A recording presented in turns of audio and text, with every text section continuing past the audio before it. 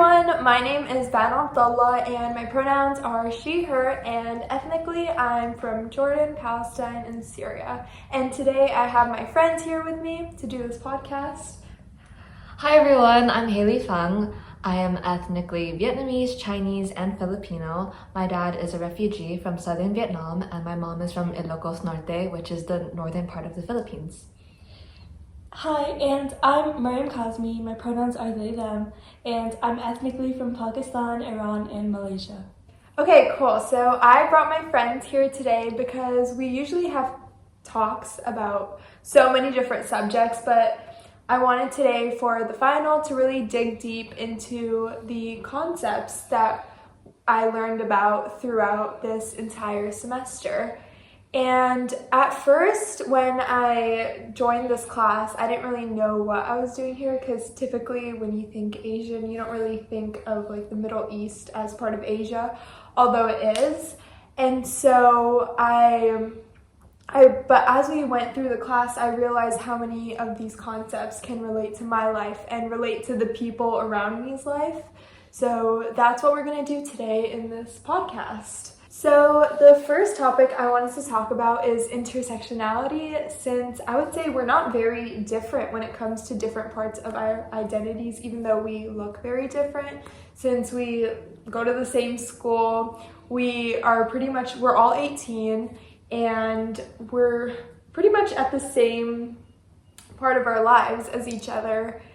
So some categories that go for me that are a little bit different, I would say part of it of me being Arab and then being Muslim as well, which is what we will talk about. And for immigration status, we're all second gen. Are you second gen, Mary? Mm-hmm. Yeah, so we're all second gen. And for geographic location, because that all falls under intersectionality, we're all pretty much the same as we live right next to each other. But yeah. Is there anything you guys want to mention that's special about your identity that would go under intersectionality? For one, I think religion could be one because I was raised in a Catholic household, and it's kind of strange because my dad himself, he was raised with Buddhist beliefs, but he's not really ever followed them exactly or claimed that he was Buddhist. And then my mom, she went to a private Catholic school, so she's been raised Catholic for her entire life. And as a result, I was baptized and I had to go to church. And the whole time I was kind of like, I don't really believe in this. So for me, I wouldn't say I practice a religion, but rather I believe that there's a higher power. I just don't know what exactly it is. So as we continue with this podcast, we'll explore different parts of intersectionality, of things that make us who we are, and different aspects of who we are. So first things first, I wanted to center this podcast more so around mental health and how these different concepts all play into our mental health and what our mental health is. So I can start off. For my mental health, that's something that I've always struggled with. I have dealt with things like addiction, eating disorders, anxiety, and depression for many years. I'd say for 6 years or so. 6 years ago was the first time I got hospitalized for mental illness related issues. And yeah, so I think that really plays into a role of who I am. And I think a big part of it is what I have gone through that plays into why my mental health is so broken the way it is. But yeah. As for me, I feel like I've had a very identical experience. Like as you said before, it feels like we have gone through a lot of the same things. I've struggled with mental health for as long as I can remember, like depression, anxiety, PTSD, eating disorders. The list kind of just goes on. But I feel like a lot of it also comes from struggling to understand that intersectionality is a fact of the matter of being second generation. And a lot of my mental health struggles when I was younger was because I didn't fully understand how to kind of balance that. I agree. I think with culture, or in my experience, it's been very taboo too. And for like my family anxiety does run in my family. So that was pretty easy for my family to understand, but like ADHD and stuff, like that was all looked at as just being lazy rather than actually there's a problem. And I think not being diagnosed really helped out with that, because it's like, finally I know what is the issue. I always just thought like this is the way it's supposed to be and don't complain about it, because culturally in Jordan no one talks about mental health. It's seen as a sign of weakness. So I think being second gen and just parents not being familiar with it is something that plays a role in it kind of being harder. Mm-hmm. Yeah. I remember my grandma would always say, like, you're a good person. I don't understand why this is happening to you. Somebody must be wishing ill will on you, Mm-hmm. and all that stuff. And it just kind of highlights that it's a lack of understanding on the cultural point of things, but also it's like things have also come a long way, at least in my family, Yeah. because of how the diagnosis is, and like kind of just medicine in general has kind of let them know that these things are very real, and that Mm-hmm. it's not just something in my head. It's like a physical chemical thing, and it does affect my life and stuff. I agree. Yeah, like even though my mom is the stereotypical Filipino nurse, even then she kind of still struggles with understanding the concept of mental health, because compared to my parents' lives, my life is significantly easier. So another cultural aspect is like, my life was this much harder, so then how come you're struggling with these things? Yeah. And I think because our parents also, or my parents have, specifically my dad and my grandma have trauma. My grandma got kicked out of her house in Palestine when she was almost fully, like, about to give birth. And so it's like, I think it sometimes personally it makes me feel like I've gone through nothing. Like, why do I always feel so terrible? Why am I struggling so much? But I think it's really important to realize that that is trauma, and what we've also gone through is trauma, and it doesn't make anything any less valid. The next thing I wanted to talk about is in-betweenness, and just never feeling like Arab enough and never feeling American enough, especially since I always looked different. Even if I go visit Jordan, I still look different, like with my style and things. And so they call me like the American girl, and I'm always seen as different. And here you can tell that I look different as well. So I always felt very like I'm not American enough, or I'm not normal enough here, and I'm not normal enough in Jordan. And so I think that's something that I struggled with. If you guys have any experiences with that. Do you want to go? Sure. Well, I think my experience of in-betweenness is pretty different from yours, because we're in the Bay Area, like San Jose itself, and there's a really large Asian population, specifically Vietnamese. So I haven't really felt alienated in a sense, because I'm like, oh, there's people like me all around me. But then even then, within like Vietnamese people in my generation, or like our generation actually, there's some that like don't speak Viet at all, or like they're fluent in it. And whenever I see people that are fluent, I'm kind of just like, I wish my parents taught me their language. And whenever I'm around family, when they're speaking like Tagalog or Viet, I just feel so out of place. I'm like, I don't feel culturally like connected enough, and it's a shame that I'm not able to connect to my family. I do really agree with pieces of what both of you are saying. I feel like I never learned how to speak my mother tongue, and that absolutely breaks my heart whenever I think about it, because whenever I do try to speak it, I get made fun of by people that have clearly been able to show that they're Pakistani and celebrate their culture. And sometimes I feel like when I put on certain outfits or do certain things, I feel like I'm doing it for show, to kind of prove that I still am Pakistani, when I feel like I've kind of been losing that here. But at the same time, I've never been to Pakistan, but I know that if I went, I would not fit in. So it's kind of I don't know, it's a weird in-between limbo. Yeah. And like going back to things being for show, I was literally in a showcase for Vietnamese Student Union. Like at our high school, we like Vietnamese Student Union is probably one of the largest clubs. And like I was in the showcase and I was wearing an áo dài, which was like a traditional Vietnamese outfit. And then even then I was like, am I even connected to my culture? Like, am I able to represent this properly? And what am I doing here? Because it does feel performative in a way. Yeah, it's weird. I feel like with in-betweenness, a big part of it is feeling like, for me at least, being alienated. So I've never felt alienated because of my sexuality or gender identity, since I am heterosexual and cisgendered. But I know that could be different for you guys, especially being in the LGBTQ community. So do you guys have any like experiences with that?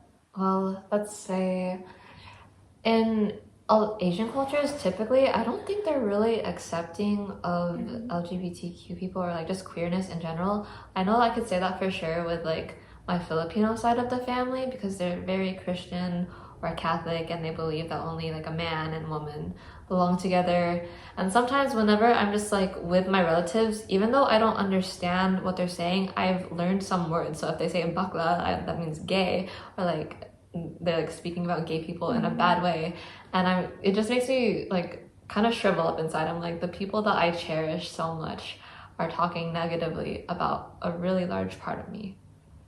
Yeah, it's really unfortunate that you don't feel fully comfortable when you're supposed to, like when you're with your family, when you're supposed to be comfortable. I totally agree, and especially the way you described it as like shriveling up inside.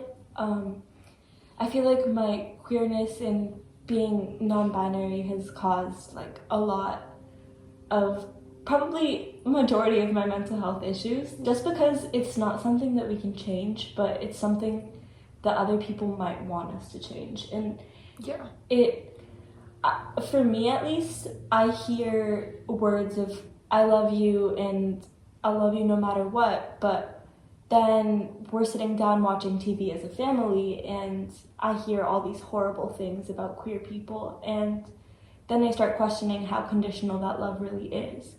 So it's just the constant internal debate in my mind of, do I preserve my family's happiness or do I seek my own?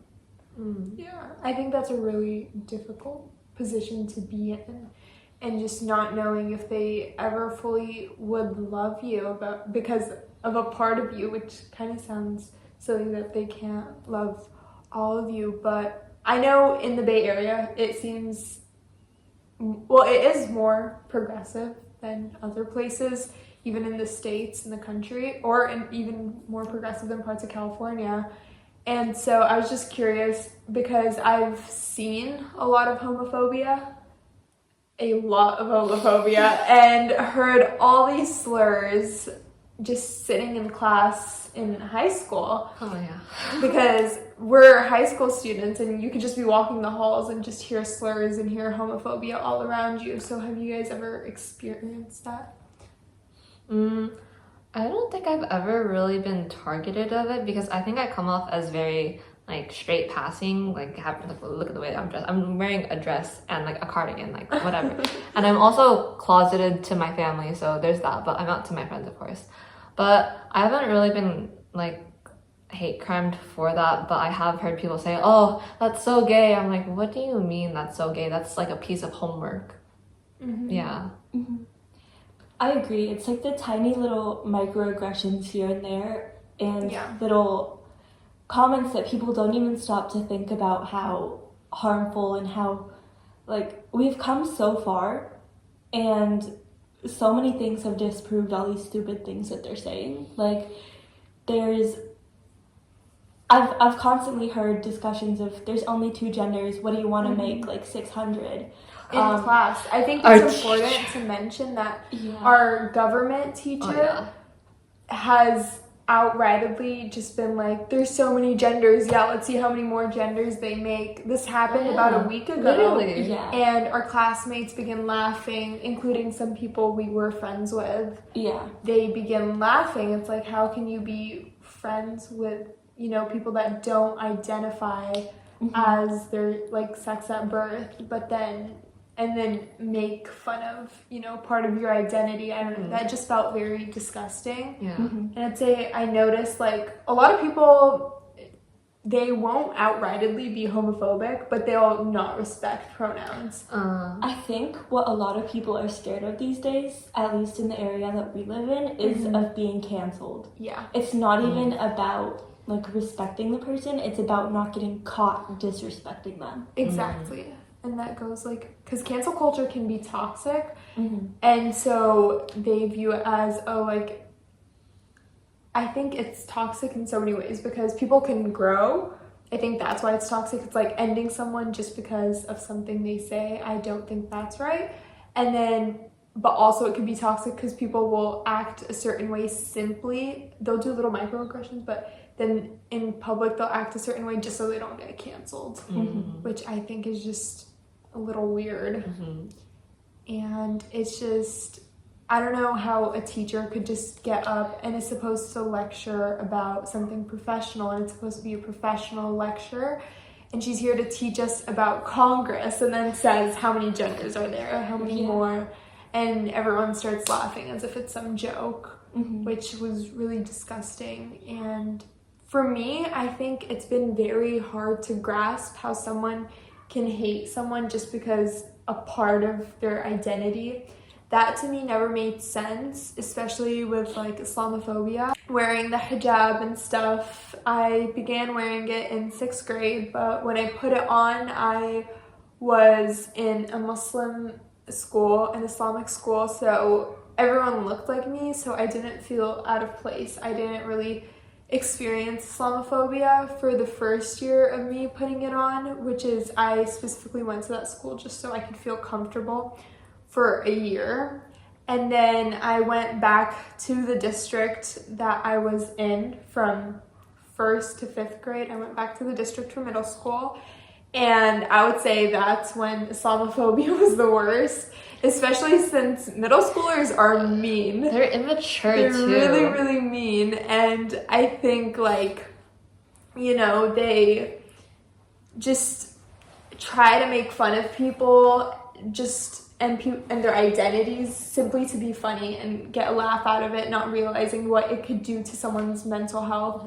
And it's like, for example, I got tackled on my shoulders and by somebody that I thought was my friend. This was in 7th grade, and then she tackles me and jumps on my shoulders and says, I once pulled off some lady's hijab and it was so fun, and I'd love to do that too. It was so funny. Me and my friend were laughing at her, and so she was just describing this moment. I was in shock. Like, how can someone be so outrightly Islamophobic? Yeah. It's like, how are people okay with, you know, just attacking parts of people's identity? And I will never understand why people do that. Or like, it got really boring after a certain point to where it just did not affect me. Like the bomber, like I will be walking home, not talking to anyone, and someone will shout at me from a car and be like, you bomber or something. And so I think like that's just really weird. Or in 9th grade, even you'd think it'd get better in high school. Just a few years ago, I was just sitting in math class, and then 2 people I hear them from the corner. They were on the other side of the room, and they just go, oh, the terrorist over there. And I was shocked. When I experience moments of Islamophobia, I'm always in shock to where I can't defend myself. Like, if, say somebody was being racist to you guys or something, like, I'd be able to defend you guys, but for some reason, I've never been able to defend myself in moments of Islamophobia because of that initial shock. And what's interesting is I never really, in the moments where, a lot of the moments where I experienced Islamophobia, my friends were around me, and my social circle, and no one ever spoke up, which I think was like hurtful. And this was all years ago, and I think it just added to my mental health issues because I was already struggling with anxiety. But after that girl tackled me, for weeks after, I would have to look over my shoulder and make sure no one's gonna just pull it off at any moment. And so I think that increased my anxiety and just feeling down all the time.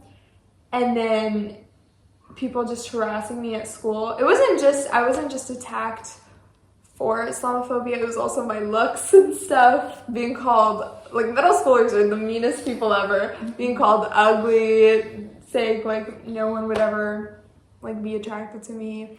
All these things I think added to my mental health, but I would say definitely like the Islamophobia got to me at a point. But I would say I'm not okay with Islamophobia now, because I don't think it's something I'll ever be okay with, because it's something that's totally wrong. And so it's just something I've gotten used to. I think at a certain point, it's like it doesn't faze me. It's not surprising. And everyone always says the same, like, 3 words, like bomber, terrorist, and like Allahu Akbar, which, like, they always just say, you know, the same thing. And yeah, it is just something that doesn't faze me. And I think also, I think we've experienced microaggressions from friends' parents as well. So I think that was really gross. Yeah. I don't know, just the fact that things have come so far as to being desensitized to all this stuff, that is just the saddest thing, and I'm so sorry that all of that happened. But I'm sure if you talk to like a lot of other people, a lot of other like minorities or anyone that looks different, they'll all have the same experience, which is what makes it so hurtful, is that people are so ignorant. Yeah. Even though all around them in the world is diversity and new experiences, new people, and all that stuff, and they just choose to keep their eyes shut. Exactly. And I think it's also hurtful because I would say almost everyone around us are people of color in our little community here in Evergreen, because we live not far at all from the college campus, and so a lot of people are people of color. So when it comes from people of color, it's very hurtful, even more. Or I think also when people of color hear moments of injustice and are just silent, I think it's like you can relate to it. So I don't know, for me it's like, why would you stay silent? Right. Because like there's this one quote that says you're either pro or anti, or like if you're silent, you've chosen the side of the oppressor. Yeah. And I really don't get it, because like as minorities, we're marginalized and we don't have as much privileges as other people would have. So then for like your group to be like a victim of some sort of like stereotype or other things, and like you like continue the cycle of stereotyping other people. Yeah. I think an experience that is the most recent form of Islamophobia and the most long one, in my opinion, is I was gonna bring that one up. Is with one of our mutual friends. I think this one felt the most hard to grasp my brain about, because it's like it's your own people, you know? And so with a mutual friend, and this is totally not her fault, but it was like little comments here and there. I would be in the car going to a concert with her family, and her dad would just make 9/11 jokes on the way there. Or her parents don't want her hanging out with me anymore simply because of what I look like, when I know they wouldn't be saying the same, like to Haley, for example, which I think is really hurtful, why is it me? Like, I haven't done anything and it's hard to grasp my brain about. Part of my identity that I can't really change to be attacked is really hard to grasp my brain around. And so it was like, just don't hang out with her because she's Muslim. Even once was at my house and she got a phone call and her parents were fine, like, because they knew she would be at a sleepover, and then they ended up screaming on the phone when they found out it was at my house and told her to rush home right away. And they started telling her no to hang out with me more, which is like, I think that's really hard. And out of all the concepts from what I learned throughout the semester, I think Islamophobia is the hardest one for me and the one I relate to the most. Rightfully so. Mm-hmm. Yeah. I don't necessarily relate to it I don't relate to being targeted against over my race, but rather my sexuality. Mm-hmm. And that really is like a sucky thing because her parents have access to all these resources. You live in the Bay Area of all places, and yet you're still like continuing that cycle. It's just really weird. But for me, like one time I was hanging out with my queer friends, and my parents are aware that my friends are queer, but they don't know about me. Maybe they do, maybe they I don't know. But anyway, I was hanging out with them, and then my brother, I have an older brother, and he would be hanging out for hours. Like, he could fly down to LA for someone's birthday and they'd be like, okay, have fun. Or he'd be in SF for several nights. But then for me, if I'm hanging out at my friend's house less than 4 minutes away from our house for over like 6 hours, then that's absurd. Like, I was at their house, and then my mom picked me up. She was like, get out the house right now. I'm like, why? Like, they didn't ask for me to leave, like, we're still hanging out. And then she's like, it's because they're gay, like, and then she's like, what, are you gay? And like, I deflected and said, does it matter? And that just led to a whole argument with my mom, and it was like the Cold War between us. Mm-hmm. Ugh. Mm-hmm. I feel like all of us have different things that we've experienced, but it all comes from the same like root. Mm-hmm. For example, one of the most recent kind of microaggressions that is still stuck in my mind is, it was prom morning and all of my friends and I were ready for prom. And I was wearing a suit, my friends were wearing dresses, and one of my friends' moms comes along and looks at all my friends and says, wow, so pretty. And she looks at me and says, why aren't you ready? And it's just kind of hard to grasp that, like, it's your own minority people that don't understand. And I do feel that it is kind of my job to kind of advocate and fight continuously until all of this is done. Mm-hmm. Because it's just so absurd, and Yeah.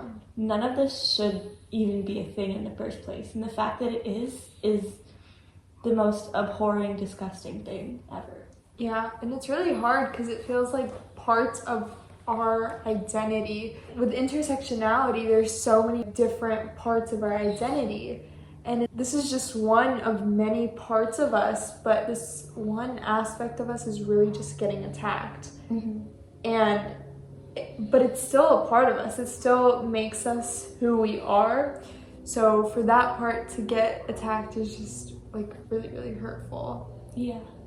And, Like, I don't have to defend the fact that my skin is brown, for example, but I do have to defend the fact that I know that I'm not a guy or a girl. Yeah. Like, those are both facts in my mind, yet some people still don't really get it. So or care to get it. yeah. And I think a lot of it also just comes like, I don't understand it, so I don't like it. I don't really get that attitude. If you don't understand something, then do your best to understand it. And even if you don't understand it, why would you disrespect it? Like, it's the very fact that you don't understand it is the reason why you should respect it. Mm-hmm. That's what gets me with Islamophobia, because I come from a Muslim household, and literally the entire religion is about peace Yeah. and loving people and just, I don't know, it's so absurd. Yeah. It's crazy. Yeah, and the way we greet each other, like Assalamu alaikum, that means peace be upon you. Yeah. And Allahu Akbar, which is seen as, people say it to me without not even realizing what it means. It just means God is great. Or when they say Allah is a terrorist or whatever, they don't realize that Allah just means God in Arabic. That's literally all that it means. Yeah. And even like Christian Arabs say Allah, which is really interesting. But I wanted to go back to, so as we mentioned earlier, we live in a predominantly Eastern Asian area. So Haley, I was wondering if you ever experienced like the effects of the yellow like peril. Honestly, not really. It's like because we're in an Eastern Asian area that like I'm just surrounded by fellow Eastern Asians, and yellow peril is more like what's the term, like the, not the minority group, it's like the dominant group, like the dominant group being fearful of what the minority group can do. And I don't really experience that myself, but with our teacher sometimes I'm kind of like, I don't know, our gov teacher. Yeah, same one. Same old, not name dropping. But yeah, so that's really my experience with, yeah, actually I've seen it online. They're just like, oh, the Chinese people are gonna take over the government. I'm like, this isn't not the communism era. But that's my personal experience with it, but that still doesn't mean that it doesn't exist. Oh, like, okay, connecting back to it, like during COVID, hate crimes against Asians skyrocketed, and people were just like targeting like Chinese people or just like anyone of Asian descent, and they're like, get out of our country, you're making everyone sick. So I think that's one thing that can connect to yellow peril about like how Asians are gonna do harm to the country. During like the summer of like when COVID was, cases were really crazy, my family went up to Oregon to go to the beach, and there was an Eastern Asian family that was coming out of their car going to go to the beach, and then these people start attacking them and screaming at them, and it was really, really gross. And I was shocked. I've never experienced like xenophobia that crazy. I think that was insane. Like they were just screaming at them, threatening them, and it was just old people, and it felt really, really bad for them, and it was so, so sad. You know, and it's like these people are so uneducated because it has nothing to do with these random poor people that are just trying to enjoy their day at the beach. And it really sucks that it's just not everyone can realize that. And that's why I think it's important to take ethnic studies classes like this, that it's really important to learn about these concepts and expand your brain and just be open-minded and listen with rawness. I think that is one of the most important qualities you can have as a person, especially when you take your degree and go to get a job. If you have like a closed mind and stuff against specific people, that can really affect how you are in your future and who you work with, which is like, so ethnic studies classes are so very important in order to help people like really expand their knowledge. And it's important to also take out whatever you had in your brain before and just be open to listen to new ideas, open to listen to people's experiences. And I think another really important thing is to be open to having conversations as well. Even if they're uncomfortable conversations. Yeah, I think when it's uncomfortable, a lot of people just want to avoid them and say they're not good at communication. And so, conversing is just the biggest thing you can do. And like you mentioned, taking ethnic studies classes and informing yourself is what's going to give you the most ammo for those conversations. Exactly. Yeah. And you'll be more educated, really. Just helps. And it's so just important to come in to a conversation, because today we all came into this conversation with an open heart and open mind and open ears. And so it's really, really just important to be able to have conversations like this. Mm-hmm. And it's really important for people to be aware of what they say, because what they say has a lasting impact, and I think sometimes people don't realize that. Like, someone can say something Islamophobic or homophobic and then just forget about it. Yeah. And so when people are Islamophobic, to me, it's just like, yes, they might forget about it in the instance after, but the experiences that I shared, a lot of them come from years and years and years ago. It just truly proves, be careful with what you say, because it can stick with someone and affect their mental health.